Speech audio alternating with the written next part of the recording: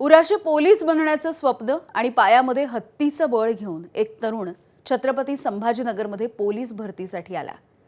सोबतचे तरुण चकचकीत ब्रँडेड शूजमध्ये धावत होते, पण नितीन सावरे या तरुणाच्या पायामध्ये सॅन्डल होती। नितीन हा भरतीसाठी 5 किलोमीटर सॅन्डलवर धावण्यासाठी मैदानात उतरला। सॅन्डलवरती धावणं म्हणजे पायाची साल्ट निघण्यासारखं होतं, पण डोळ्यांसमोर आईवडिलांची गरिबी आणि खाकी वर्दीचं स्वप्न उराशी बाळगलं होतं। 12वी पास असणारा नितीन गेल्या 2 वर्षांपासून पोलीस होण्यासाठी प्रयत्न करतोय। भरती प्रक्रियेचा आढावा घेण्यासाठी डीसीपी विक्रम साळी हे मैदानावरती आले आणि त्यांची नजर सॅन्डल घालून धावणाऱ्या या नितीनवरती पडली। डीसीपी साळी यांनी त्याला बोलावलं आणि तू या चप्पलवरती का धावतोयस असं विचारलं। बूट घ्यायला पैसे नव्हते, घरची परिस्थिती देखील नाहीये, पण पोलीस होण्याचं मात्र स्वप्न आहे आणि ते मी पूर्णच करणार असं उत्तर नितीनने दिलं। डीसीपींनी नितीनला नवीन शूज दिले।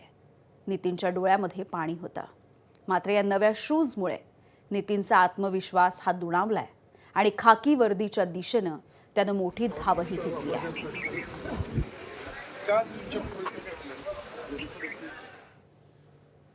विक्रम साळी सर आपल्यासोबत आहेत। काय प्रसंग होता सर तो? या ठिकाणी SRPF वरणगाव गट क्रमांक 20 ची भरती प्रक्रिया चालू आहे।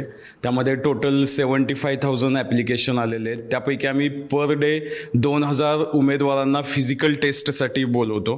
कालच्या दिवशी ज्यावेळेस 5 किलोमीटरची फिजिकल टेस्ट कंप्लीट झाल्यानंतर मला असं जाणवलं की एक उमेदवार असा आहे की जो त्या डिटेलमध्ये 3rd नंबरला आला, परंतु त्याच्या पायामध्ये सॅन्डल होते। तर मी त्याला जवळ घेऊन विचारलं की सॅन्डल तू का वापरतो, शूज का वापरला नाही?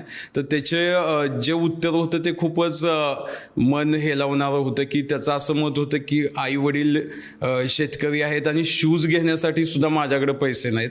तर त्यावेळेस आम्हाला त्या क्षणी जाणवलं की ह्याला मदत केली पाहिजे, म्हणून मी त्वरित त्याला आमच्या सर्व सहकारी आणि कर्मचाऱ्यांच्या मदतीनं शूज प्रोव्हाइड केले। बरं, पण असं तुम्हाला का असं वाटलं की ह्याला आपण मदत केली पाहिजे? त्याचा तुमच्या संघर्षाचा काही धागा आहे? हा, निश्चितच आहे। मी सुद्धा तेवढ्याच हालाकीच्या परिस्थितीमधून आलेलो आहे, त्यामुळे ते मला लगेच टिपता आलं। आणि विशेषतः आम्ही या ठिकाणी जे उमेदवार भरती प्रक्रियेसाठी येतात त्यांना 1000 उमेदवारांना मोफत जेवण विविध NGO मार्फत त्यांना राहण्याची सोय हे आमच्या वरिष्ठ कार्यालय DG ऑफिस, ADG ऑफिस आणि IG ऑफिसचे जसे गाईडलाईन आहेत त्यानुसार आम्ही त्यांना मोफत जेवणाची सुद्धा सोय केलेली आहे। कॅमेरामन धनंजय दारुंटेसह मी कृष्णा केंडे, ABP माझा, छत्रपती संभाजीनगर।